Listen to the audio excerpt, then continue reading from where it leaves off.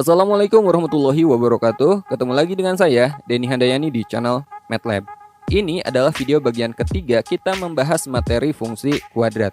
Pada video ini saya akan membahas yang pertama masalah diskriminan, kemudian masalah definite, dan yang terakhir saya akan membahas bagaimana cara menentukan persamaan suatu fungsi kuadrat. Oke, langsung aja kita bahas materinya.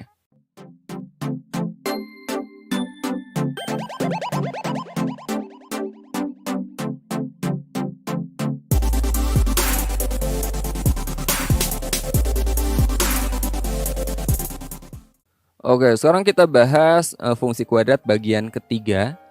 Yang pertama kita bahas diskriminan dulu, meskipun sebenarnya masalah diskriminan udah sedikit kita ulas di dua video sebelumnya ya.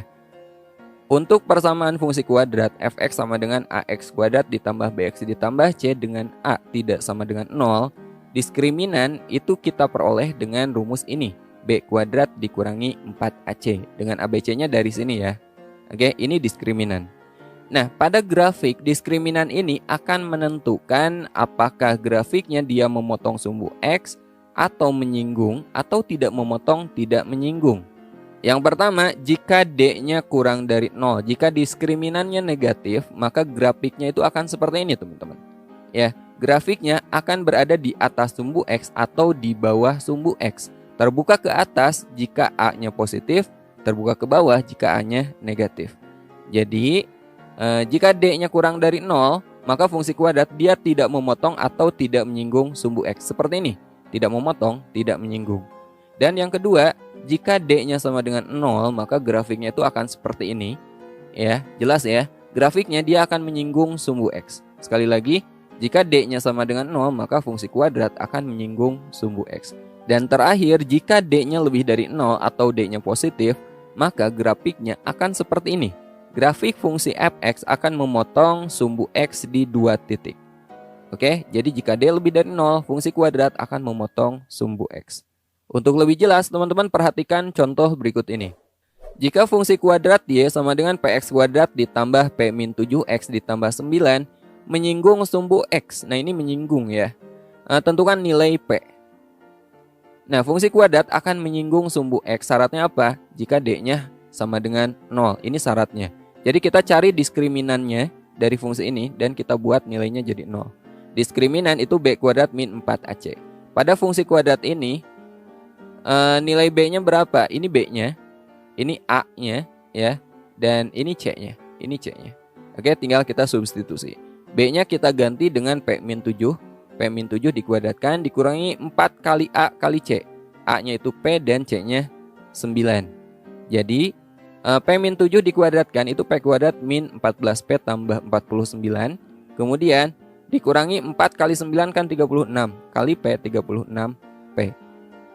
Jadi P kuadrat min 14P dikurangi 36P itu min 50P ditambah 49. Nah, ini kita faktorkan, teman-teman. Kita cari dua buah bilangan jika dijumlahkan hasilnya adalah negatif 50. Dan jika dikalikan hasilnya adalah positif 49. Berapa tuh?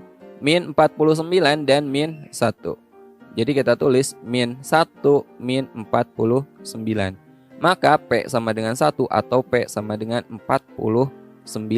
Nah, ini nilai P yang memenuhi. Lalu bagaimana jika soalnya seperti ini? Jika garis Y sama dengan 2X tambah K memotong kurva Y sama dengan X kuadrat min X ditambah 3. Tentukan nilai K. Nah, diskriminan juga bisa kita gunakan untuk mencari hubungan fungsi kuadrat dengan garis lurus ya, bukan hanya dengan sumbu X. Contohnya ini fungsi kuadrat dengan garis ini. Caranya sama, tapi kita substitusi dulu, teman-teman. Kita jadikan Y1 sama dengan Y2. Ini Y1-nya, ini Y2-nya, atau mau dibalik juga boleh. Ya, Y1-nya X kuadrat min X tambah 3 dan Y2-nya 2X tambah K. Jadi kita peroleh nanti persamaan kuadrat ya. X kuadrat min X, ini 2X-nya ke kiri, min 2X ditambah 3, ini K-nya ke kiri, min K. Min X dikurangi 2X, min 3X, dan 3 dikurangi K, 3 min K. Oke, ini persamaan kuadrat, A-nya 1, B-nya min 3, dan C-nya 3 min K. Nah, karena di sini memotong, kalau memotong berarti D-nya lebih dari 0 ya. Memotong artinya D-nya lebih dari 0. D itu B kuadrat min 4 AC. Di sini B-nya itu min 3 dikuadratkan, dikurangi 4 kali A-nya itu 1 dan C-nya 3 min K. Min 3 dikuadratkan 9. Min 4 kali 1 min 4, min 4 kali 3 min 12. Min 4 kali 1 itu min 4 kali min K plus 4K. 9 dikurangi 12 negatif 3 ditambah 4K lebih dari 0, atau 4K lebih dari negatif 3-nya ke kanan positif 3. Maka K-nya lebih dari 3/4. Nah, ini adalah nilai K yang menyebabkan fungsi kuadrat dengan garis lurus ini saling berpotongan. Oke, sekarang kita bahas masalah definite. Definite ini suatu keadaan di mana suatu fungsi selalu bernilai positif atau selalu bernilai negatif. Jadi ada dua definite. Yang pertama definite positif, artinya nilai fx ini selalu bernilai positif untuk semua domain. Nah, sebaliknya kalau definite negatif, ini selalu bernilai negatif untuk semua domain. Biar teman-teman lebih paham, perhatikan gambar berikut ini. Untuk definite positif, keadaannya tuh seperti ini, ya. Fungsi kuadrat dia harus terbuka ke atas dan tidak menyinggung sumbu x. Oke, harus berada di atas sumbu x dan terbukanya ke atas. Jadi kalau grafiknya ini kita perpanjang sekalipun teman-teman, dia akan tetap berada di atas sumbu X. Artinya dia akan selalu positif. Nah, dari grafik ini bisa kita lihat, pertama syaratnya itu harus terbuka ke atas, maka A-nya harus positif. Dan yang kedua, dia tidak boleh memotong atau menyinggung sumbu X. Artinya diskriminannya negatif. Nah, yang kedua definite negatif itu sebaliknya, grafiknya harus berada di bawah sumbu X dan terbuka ke bawah. Terbuka ke bawah, maka A-nya negatif atau A-nya kurang dari 0, tidak memotong dan tidak menyinggung sumbu X, maka D-nya juga negatif. Nah, ini adalah syarat definite positif dan definite negatif. Oke, untuk lebih jelas perhatikan contoh berikut ini. Tentukan nilai K agar fungsi kuadrat fx sama dengan kx kuadrat ditambah 6x dikurangi 9 selalu bernilai negatif untuk setiap x. Selalu bernilai negatif artinya ini definite negatif. Syaratnya definite negatif yang ini ya, A-nya kurang dari 0 dan D-nya kurang dari 0. Oke. Syarat yang pertama, A-nya kurang dari 0. A kurang dari 0 di sini A-nya mana? Di sini A-nya itu kan K. A kurang dari 0 berarti K-nya kurang dari 0. Kemudian yang kedua, D-nya kurang dari 0. D itu B kuadrat min 4AC kurang dari 0. B-nya di sini 6. Kemudian A-nya K dan C-nya min 9. Jadi B-nya kita ganti dengan 6. 6 dikuadratkan dikurangi 4 kali A. A-nya itu K dan C-nya min 9. 6 dikuadratkan 36. Negatif 4 kali negatif 9 kan 36.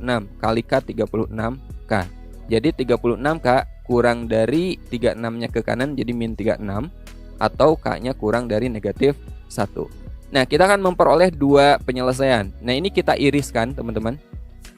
Yang pertama, K-nya kurang dari 0, berarti dari 0 ke sebelah kiri. Kemudian K-nya kurang dari min 1, dari min 1 ke sebelah kiri, kurang dari. Nah, daerah mana yang memenuhi kedua penyelesaian ini? Daerah sini kan? Jadi jawabannya adalah K kurang dari negatif 1. Oke, yang terakhir kita akan belajar bagaimana cara menentukan persamaan suatu fungsi kuadrat. Ini saya bagi ke dalam dua kasus. Yang pertama, jika diketahui titik puncaknya xp, yp, maka rumusnya teman-teman gunakan ini. Y sama dengan A kali X dikurangi xp dikuadratkan ditambah yp. Oke. Nah, nanti akan ada titik lain yang diketahui pada soal, itu kita gunakan untuk mencari nilai A-nya. Kemudian kasus yang kedua, jika diketahui titik potong terhadap sumbu X. Misalnya titik potongnya adalah X1,0 dan X2,0. Maka rumus yang kita gunakan adalah Y sama dengan A kali X dikurangi X1 kali X dikurangi X2. Lagi-lagi A ini kita cari dengan titik lain yang diketahui di soal. Biasanya ada ya.